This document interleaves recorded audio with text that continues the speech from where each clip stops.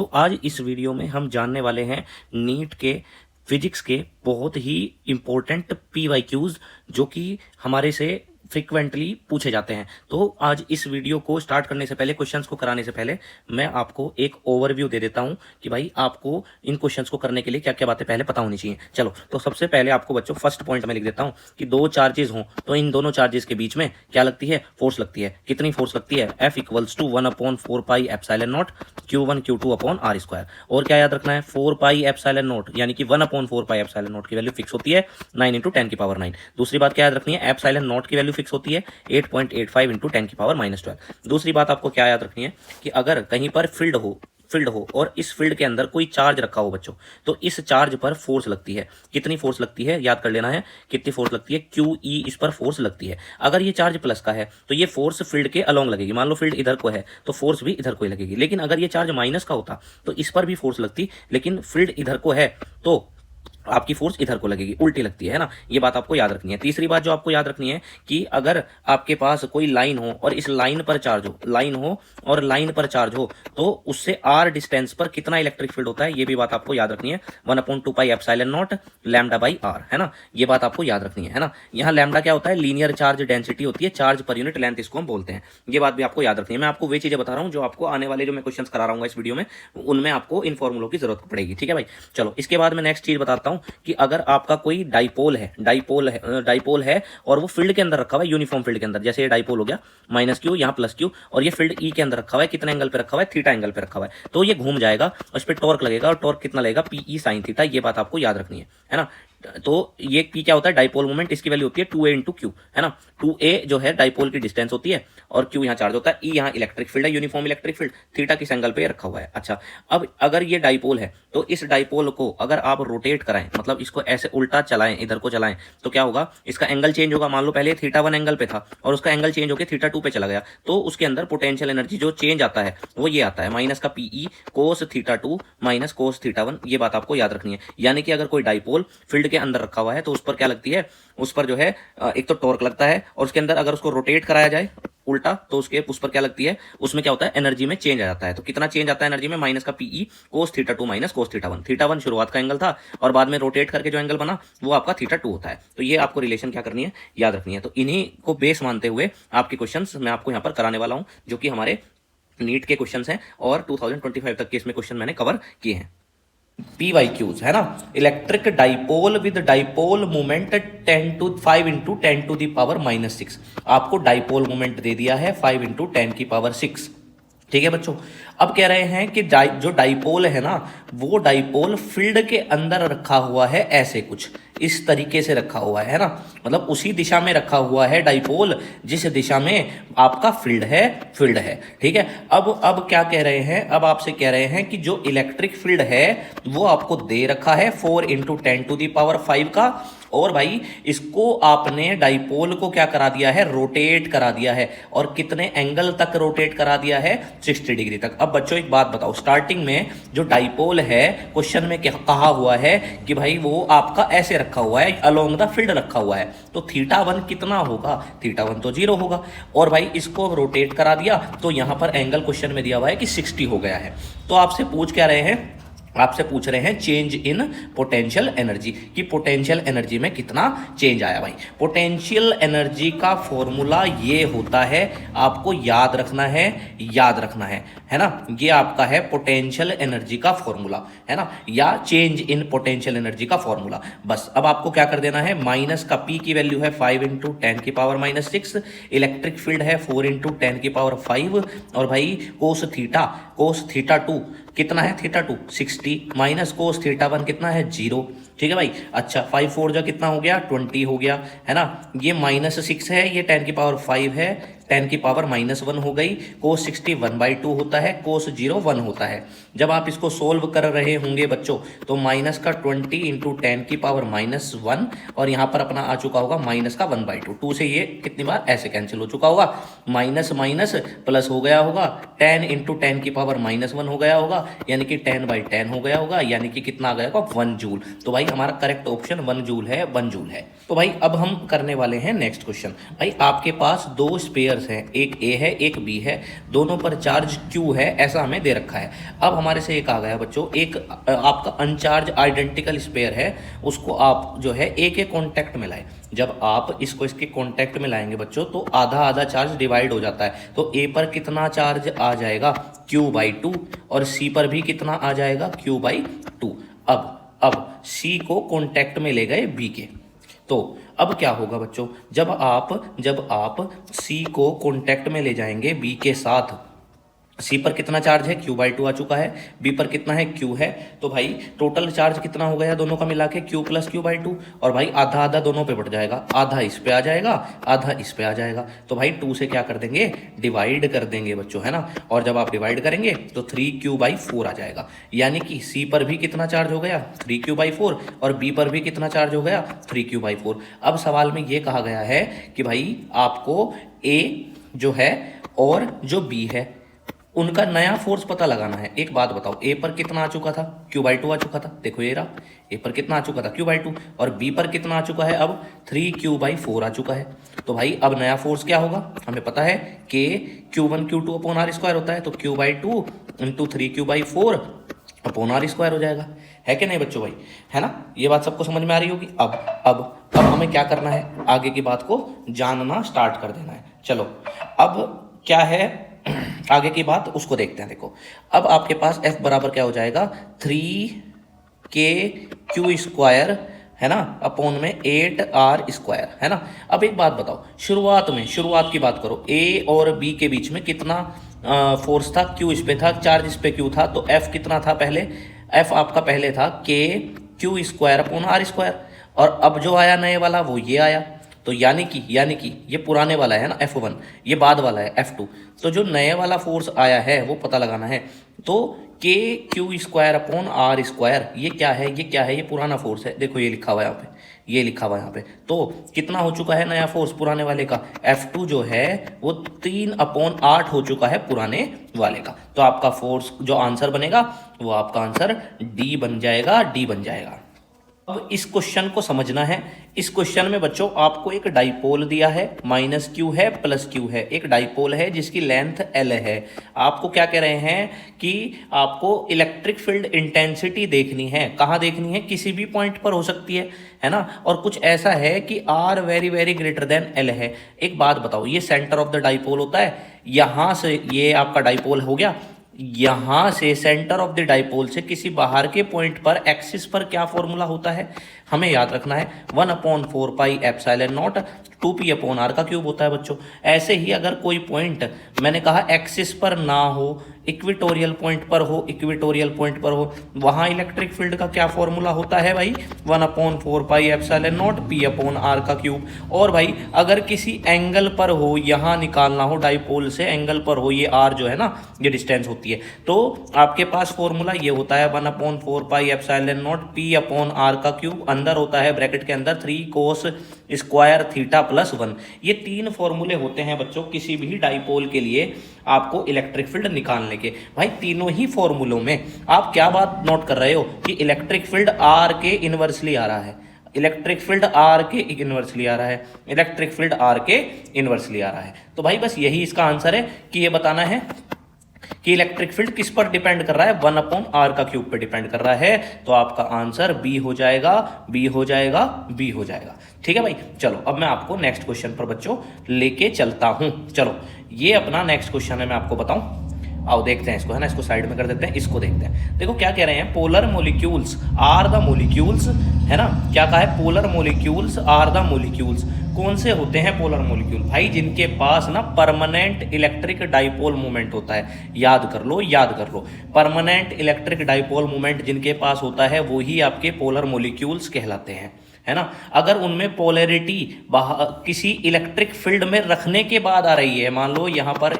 एक positive plate है, एक निगेटिव है, यहाँ पे मॉलिक्यूल्स रखे हुए हैं, अब इनके अंदर पोलैरिटी +- इस तरह से आ रही है, तब ये इनके अंदर डाइपोल मोमेंट आ रहा है, तब भाई वो पोलर मॉलिक्यूल्स नहीं कहलाएंगे। पोलर मॉलिक्यूल्स तो जो शुरू में ही बिना किसी इलेक्ट्रिक फील्ड के उनके अंदर डाइपोल मोमेंट होता है वे कहलाते हैं आपके क्या, पोलर मोलिक्यूल्स, है ना, जिनमें जीरो डाइपोल मूवमेंट होता है, ऐसे नहीं होते पोलर मोलिक्यूल्स, और जिनमें डाइपोल मूवमेंट आता है इलेक्ट्रिक फील्ड की प्रेजेंस में, भाई ऐसा भी नहीं है, पोलर मोलिक्यूल्स में डाइपोल मूवमेंट बिना इलेक्ट्रिक फील्ड के ही प्रेजेंट होता है। Acquire dipole movement only when magnetic field, ये तो होगा ही नहीं, तो having a permanent dipole movement, तो भाई इनमें क्या होता है, परमानेंट डाइपोल मूवमेंट होता है। आओ अब मैं आपको भाई नेक्स्ट क्वेश्चन पर लेके चलता हूं। देखो भाई ये अपना सवाल है, इस सवाल को करने से पहले आपको एक बात याद करा दूं, कोई लाइन है, लाइन पे कोई चार्ज है, इससे r डिस्टेंस पर जो इलेक्ट्रिक फील्ड बनता है उसका फॉर्मूला आपको याद रखना है, याद रखना है।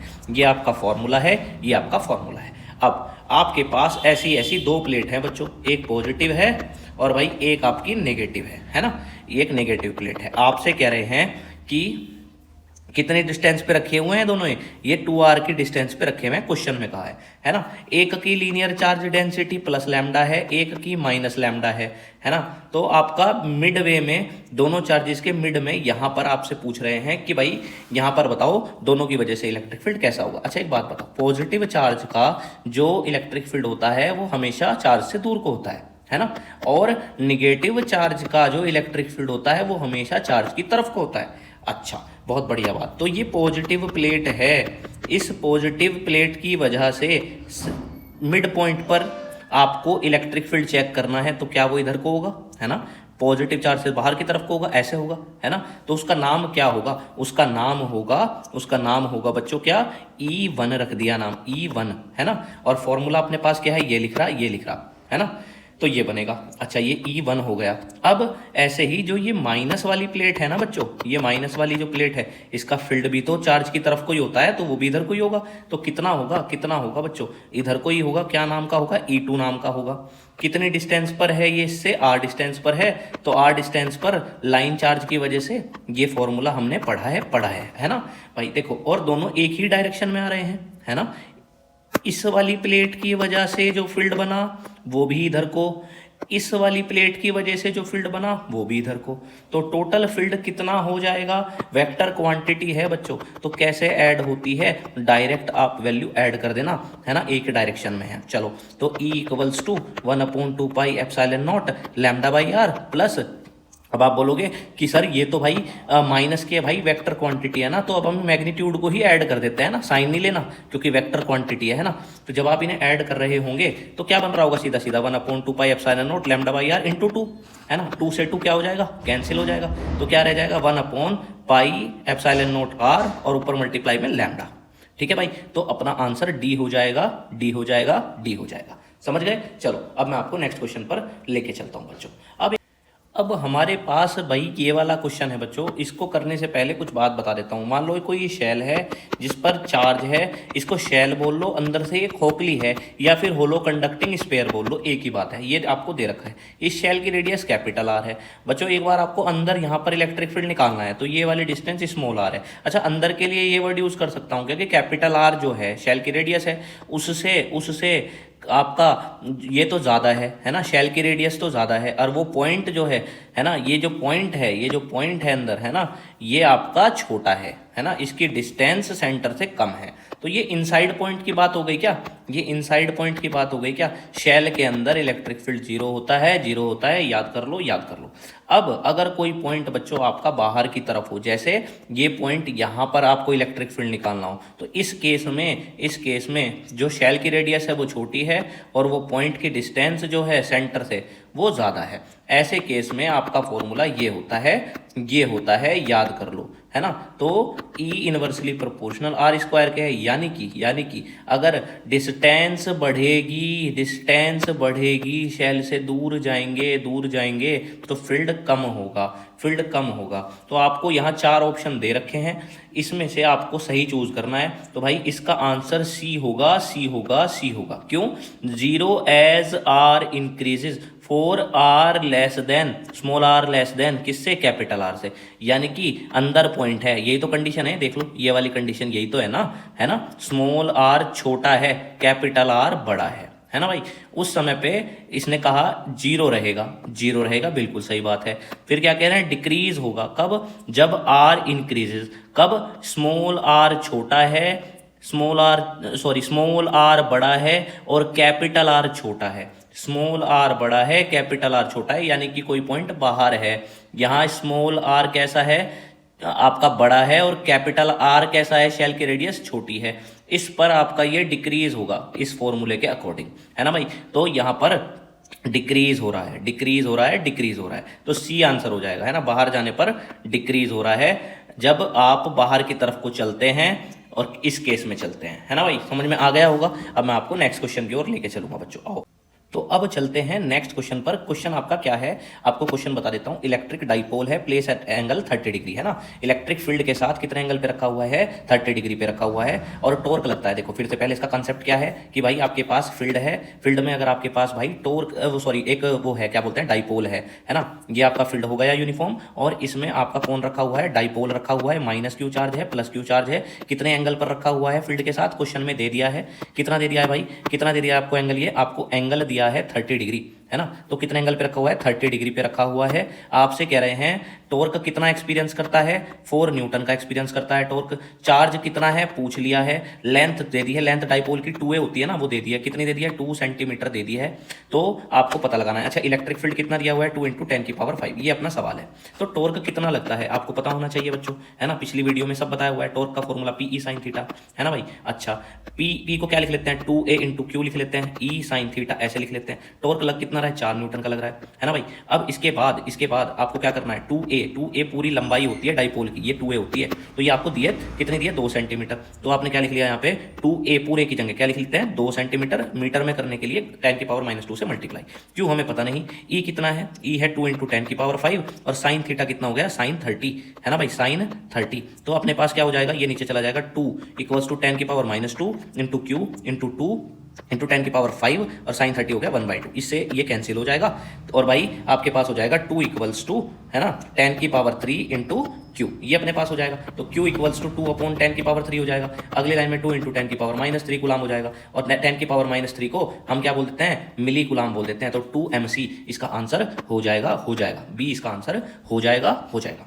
ठीक है भाई, ये आपको समझ में आ गया होगा। अब मैं आपको नेक्स्ट क्वेश्चन की ओर लेके चलता हूं। पहले है नेक्स्ट क्वेश्चन, और नेक्स्ट क्वेश्चन में आपसे कहा गया है कि भाई देखो, ऐसे आपके पास फील्ड है, और भाई इसके अंदर एक गाड़ी है जो कि जिस पर चार्ज है, और जब चार्ज है और फील्ड के अंदर है तो भाई इस पर लगती है फोर्स। कितनी लगती है फोर्स, QE, है ना। इसकी स्पीड शुरू में 0 मीटर पर सेकंड थी, लेकिन यहां तक आते आते इसकी स्पीड 6 मीटर पर सेकंड हो गई। कितने समय में, क्वेश्चन में कहा कि 1 सेकंड का समय लगा है यहां से यहां तक आने में, और उसमें उसकी स्पीड 6 मीटर पर सेकंड की हो गई है। अब क्या हुआ है, जहां यहां पर पहुंची है जैसे गाड़ी, तो भाई इसमें यह कहा है कि आगे ना फील्ड की डायरेक्शन ऑटोमेटिक उल्टी हो गई, है ना। और याद रखो कि जो चार्ज है ना, ये जो चार्ज है, इस पर जो फोर्स लगती है वो फील्ड के अलोंग लगती है। तो जब फील्ड आपका इधर को था तो आपकी फोर्स भी इधर को ही लग रही थी, लेकिन अब फील्ड उल्टा हो गया तो भाई फोर्स भी उल्टी होगी। तो इसकी स्पीड का क्या होगा, इसकी स्पीड धीरे धीरे घटती चली जाएगी। क्यों, क्योंकि फोर्स तो इधर को लगेगी, क्योंकि फील्ड रिवर्स हो चुका है। तो इस वजह से इसकी स्पीड धीरे धीरे खत्म होती चली गई, और कहां पर पहुंच गई, 0 में, है ना। अब क्वेश्चन में ये कहा है आपसे कि टोटल जो समय जो लगता है ना, 1 सेकंड तो यहां तक लगी, 2 सेकंड उसके बाद भी गाड़ी चलती है ना। तो यहां तक आते आते तो स्पीड 0 हो गई।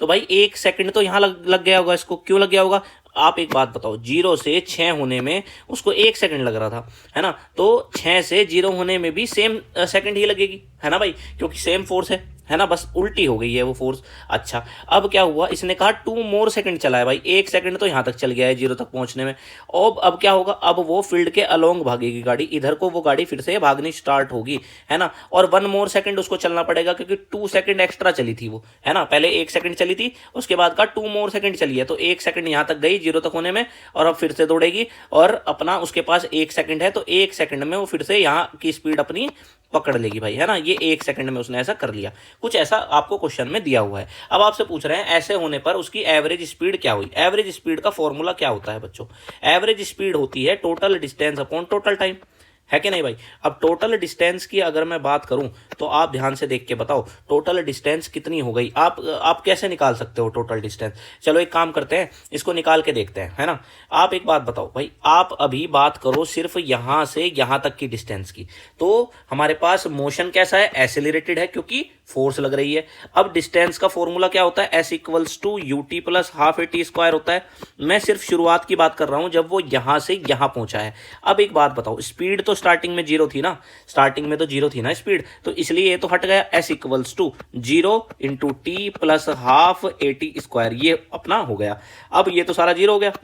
अब एस इक्वल्स टू कितना हो गया बच्चों, हाफ ए टी स्क्वायर, है ना। टाइम कितना दे रखा है, टाइम आपको दे रखा है 1 सेकंड का। मैं यहां से यहां तक की बात कर रहा हूं अभी, सिर्फ यहां तक की, है ना भाई, यहां से यहां तक की मैं बात कर रहा हूं। अच्छा, अब अपने पास ये हो गया, तो यहां पर क्या ले लिया मैंने, ये ऐसे हो गया। अब आप एक बात बताओ, ए का फॉर्मूला क्या होता है, V minus you upon T, ये हम पढ़ के आए हैं छोटी क्लासेस में। बस तो हम इसी को अब यूज कर रहे होंगे। अब कैसे कर रहे होंगे मैं आपको दिखाता हूं। देखो भाई, यहां पर 1 सेकंड की बात हो रही है। 1 सेकंड में a equals to v minus you upon t है, 6 इसकी स्पीड हो गई थी। देखो मैं दिखाता हूं, यहाँ पे इसकी स्पीड 6 हो गई थी और यहाँ 0 थी। यहाँ तक समय कितना लग रहा था, 1 सेकंड। तो हम एसेलरेशन निकाल रहे हैं, तो एसेलेशन बराबर क्या होगा, v minus you upon T. तो 6 माइनस कितना, इनिशियल वेलोसिटी 0 थी, टाइम कितना था 1, तो a कितना आ गया अपने पास, a अपना आ गया 6। ठीक है भाई, इस 6 को आप इस वाली इक्वेशन में पुट करो तो डिस्टेंस मिल जाएगी, है ना। कितनी मिल जाएगी बताओ, s इक्वल्स टू हाफ ए हमें पता नहीं, और ए हमारा 6 आ गया, सॉरी, है ना, और 1, है ना। तो भाई डिस्टेंस कितनी आ गई, 3 मीटर की, है ना। ये 3 मीटर कितनी डिस्टेंस आई, ये 3 मीटर आपकी स्टार्टिंग की डिस्टेंस आई, कहां से कहां तक की भाई, 0 से जब उसकी स्पीड कितनी हुई थी, 6 मीटर। अब 6 मीटर पर सेकंड की। अब एक बात बताओ, 6 मीटर से 0 तक चलने में भी तो उतनी ही डिस्टेंस ट्रेवल होगी भाई। स्पीड 6 से 0 हुई है, सेम फोर्स की वजह से हुई है, बस उल्टी डायरेक्शन में फोर्स था, तो समय भी उतना ही लग रहा था। तो भाई डिस्टेंस भी कितनी चली होगी, 3 मीटर की यहाँ चली होगी, है कि नहीं। और अब 0 से फिर से इधर को भागा है, 6 मीटर पर सेकंड की स्पीड पकड़ी है, फिर 3 मीटर का डिस्टेंस, ये भी इतना ही होगा। तो टोटल डिस्टेंस कितना हो गया सारा मिला के, तो ये हो गया 3 + 3 + 3 कितना हो गया, 9, है ना। और टाइम कितना हो गया, टोटल टाइम कितना हो गया, 1 सेकंड के 3 टाइम हो गए ना। कैसे, देखो, एक तो आपका टाइम हो गया यहां से यहां तक का, एक आपका टाइम हो गया यहां से यहां तक का, एक आपका टाइम यहां से यहां तक का, टोटल 3 सेकंड हो गए ना। 3 सेकंड में तो पूछ रहे हैं ना हमारे से, तो भाई टोटल टाइम ये आ गया। तो अब हम क्या करेंगे, तो एवरेज स्पीड कैसे निकलेगी, एवरेज स्पीड तो वो हो जाएगी total distance upon total time, speed आ गई 3 मीटर पर सेकंड। अब एक एवरेज वेलोसिटी भी पूछी है बच्चों, तो एवरेज वेलोसिटी आप कैसे निकालोगे, एवरेज वेलोसिटी आप इनिशियल पोजीशन देख लो। इनिशियल पोजीशन यहां थी बच्चों, मैं आपको यहां से दिखाता हूं। इनिशियल पोजीशन यहां थी, फिर यहां गया, फिर यहां से यहां गया और फिर वापस आया, तो यहां आ गया। तो इनिशियल पोजीशन ये है, फाइनल पोजीशन ये है, तो ये डिस्प्लेसमेंट कितना आया था, 3 मीटर आया था, है ना। तो हमारा डिस्प्लेसमेंट की टर्म्स में बात हो रही है ना, तो 3 मीटर आया, है ना। तो एवरेज वेलोसिटी क्या होती है, एवरेज वेलोसिटी होती है टोटल डिस्प्लेसमेंट। टोटल डिस्प्लेसमेंट तो क्या हुआ, इनिशियल और फाइनल पॉइंट के बीच का डिस्टेंस 3 आया, और टाइम आपको कितना लगा है, टाइम आपको टोटल कितना लगा है, टोटल टाइम कितना लगा है, तो भाई टोटल टाइम तो यहां से यहां गए 1 सेकंड, यहां से यहां गए 1 सेकंड, यहां से यहां गए 1 सेकंड, यानी कि 3 सेकंड लगे हैं।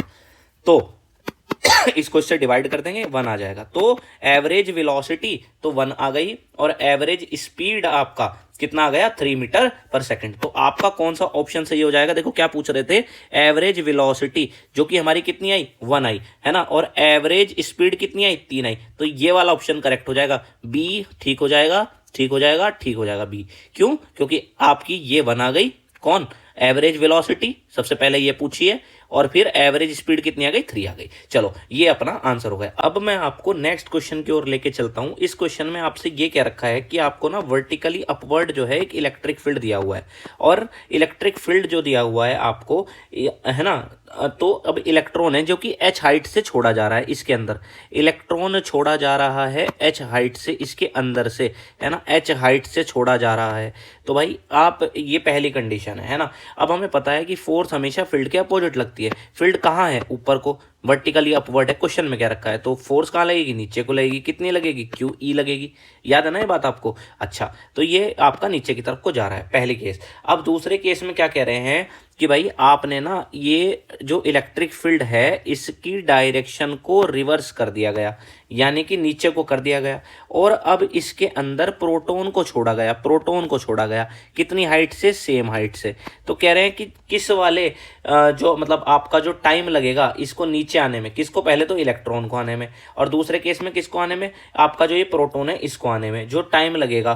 तो पूछ रहे हैं कि ये बताओ कि किसको ज़्यादा लगेगा, किसको कम लगेगा, है ना। ये कुछ इस तरह से ऑप्शन दे रखे हैं टाइम को लेके, किसको नीचे आने में जो टाइम लगेगा और जो प्रोटॉन को नीचे आने में टाइम लगेगा, है ना। अब इलेक्ट्रिक फील्ड यहाँ रिवर्स क्यों हुआ था, रिवर्स इसलिए तो हुआ था ना क्योंकि हमें पता है ना कि पॉजिटिव चार्ज पे जो फोर्स लगता है ना फील्ड के अंदर, वो अलोंग द फील्ड लगता है ना। आपका पहले इलेक्ट्रिक फील्ड ऊपर को था, ऐसे था ऊपर की तरफ को जाता हुआ, तो इलेक्ट्रॉन है, इलेक्ट्रॉन पे जो फोर्स लगता है वो अपोजिट टू द फील्ड लगता है ना। तो दोनों केस में इलेक्ट्रॉन भी नीचे आ रहा है, इस वाले केस में प्रोटॉन नीचे आ रहा है। दोनों में हाइट कितनी है, एच की हाइट है। आपको कुछ टाइम के लिए बताना है कि भाई टाइम इसमें ज़्यादा लग रहा है, इसमें ज़्यादा लग रहा है, कितना लग रहा है, कैसे लग रहा है। आप एक बात बताओ, एस इक्वल्स टू क्या होता है, you T plus half A T square होता है, ये सबको पता है बात, है ना। इनिशियल वेलोसिटी हम 0 मान लेते हैं, एस यहाँ पर एच है तो हाफ ए टी स्क्वायर, है ना। अब इसमें हमें एक चीज़ समझने की ज़रूरत है, क्या ज़रूरत है हमें समझने की, कि भाई ए का फॉर्मूला क्या होता है, ए बराबर एफ बराबर क्या होता है एम में, है ना, और एफ बराबर क्या होता है क्यू ई, है ना। ये दो फॉर्मूले हैं, तो यहाँ से एम ए बराबर क्या हो जाएगा क्यू ई, तो ए इक्वल्स टू क्या आ जाएगा क्यू ई बाई एम, है ना भाई। तो जहाँ आपका ए लिखा हुआ है वहाँ पर आप क्या लिख देंगे, वहाँ पर आप लिख देंगे क्यू ई बाई एम, है ना, और इनटू में क्या है टी स्क्वायर। ये अपनी चीज़ आ गई। अब हमें एक चीज़ समझने की यहाँ पर ज़रूरत है कि अगर मैं यहाँ पर टाइम को चेक करना चाह रहा हूँ, तो पहले तो टाइम का फॉर्मूला देखो क्या बनेगा।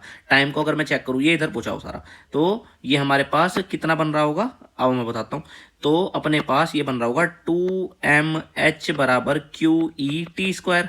तो यहाँ से अगर मैं टी स्क्वायर की वैल्यू चेक करूँ तो क्या हो जाएगा 2mh अपॉन क्यू ई, है ना, ये हो जाएगा अपने पास। तो t इक्वल्स टू क्या आ जाएगा √2mh अपॉन क्यू ई, दोनों केस के लिए, चाहे वो हमारा फर्स्ट केस हो चाहे हमारा दूसरा केस हो। अच्छा एक बात बताओ, इसमें जो हाइट है ना, दोनों केस में सेम है, इसको तो हटा दिया, है ना। चार्ज इलेक्ट्रॉन पे और प्रोटॉन पे सेम होता है मैग्नीट्यूड में, ये भी हट गया, इलेक्ट्रिक फील्ड भी हट गया, 2 भी हट गया, तो टी प्रोपोर्शनल किसके आ गया, टी प्रोपोर्शनल आपका एम के आ गया। और आपको बच्चों ये बात अच्छे से पता है कि प्रोटॉन का मास कैसा होता है, प्रोटॉन का मास ज़्यादा होता है और इलेक्ट्रॉन का मास हमेशा कम होता है ना, ये हल्का पार्टिकल होता है। तो टी प्रोपोर्शनल एम है। तो जो टाइम की बात करूँ तो प्रोटॉन को ज़्यादा टाइम लग रहा होगा, इलेक्ट्रॉन को कम टाइम लग रहा होगा। सवाल में क्या पूछ रखा है, सवाल में पूछ रखा है time of fall of electron, है ना, in comparison to the time of fall of proton.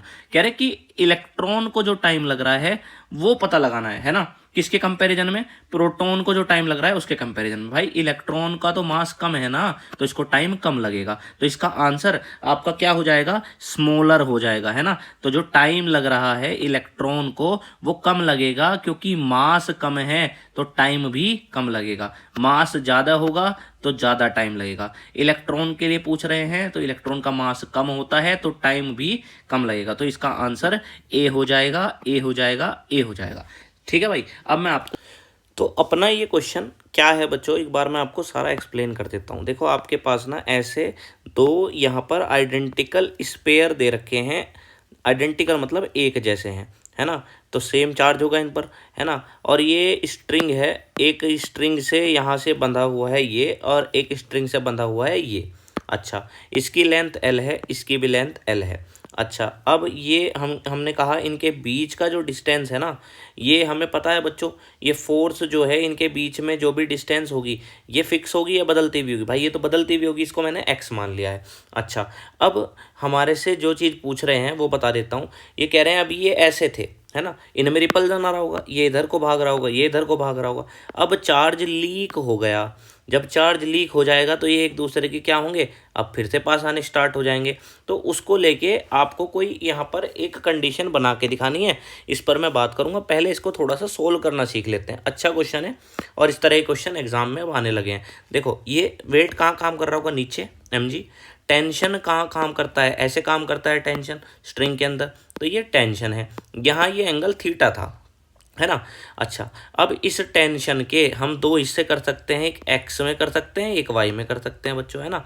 तो एक बात बताओ, ये थीटा है तो ये भी तो थीटा होगा, तो ये भी अपने पास क्या है, थीटा है। ये क्या हो जाएगा, टी कोस थीटा, है ना। और ये बिना थीटा वाला क्या हो जाता है, टी साइन थीटा।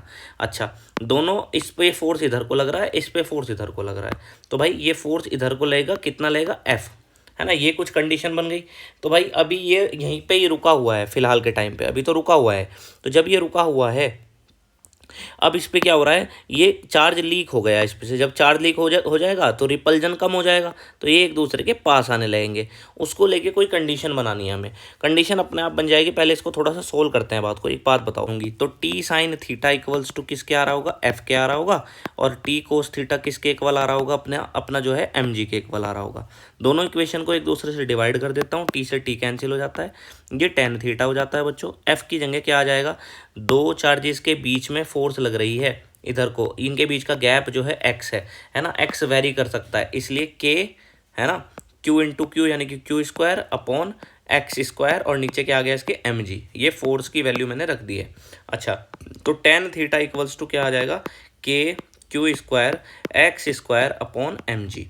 ये हमें इतनी बात क्लियर हो गई। अब हम क्या करेंगे, अब हम क्या करेंगे, आगे की बात आपको मैं बताऊंगा, देखो ध्यान से सुनना मेरी बात को।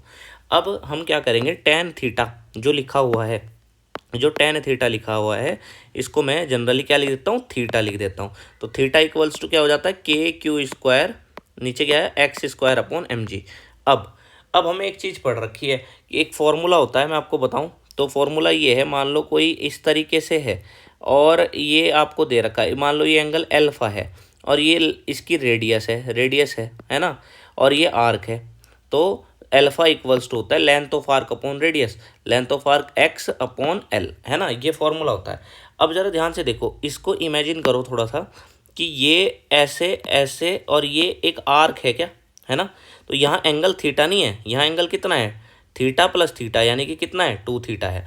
तो यहाँ पर टू थीटा का फॉर्मूला क्या बन जाएगा, टू थीटा का क्या फॉर्मूला बन जाएगा, टू थीटा इक्वल्स टू, है ना, two theta equals to L upon R. L क्या है, length of the arc upon radius, ये फॉर्मूला होता है। तो लेंथ ऑफ द आर्क क्या है, एक्स है, तो length of the arc x है, और रेडियस क्या है इसकी, रेडियस अगर आप इमेजिन करेंगे तो ये रेडियस ही तो है, ये आर्क तभी तो लगा है, ऐसे ही तो लगता है आर्क इस तरीके से, तो ये एल है। तो length of arc upon radius, radius यहाँ एल है, तो हमें तो यहाँ थीटा चाहिए ना, तो थीटा इक्वल्स टू क्या हो जाएगा, एक्स बाई ट्वेल्व। तो अब मैं क्या करूँगा, जहाँ पे आपके पास थीटा लिखा हुआ है वहाँ लिख दूंगा मैं एक्स बाई ट्वेल्व यहाँ पर, है ना। तो भाई के क्यू स्क्वायर, और यहाँ आ जाएगा अपने पास एक्स स्क्वायर और एम जी, ठीक है भाई।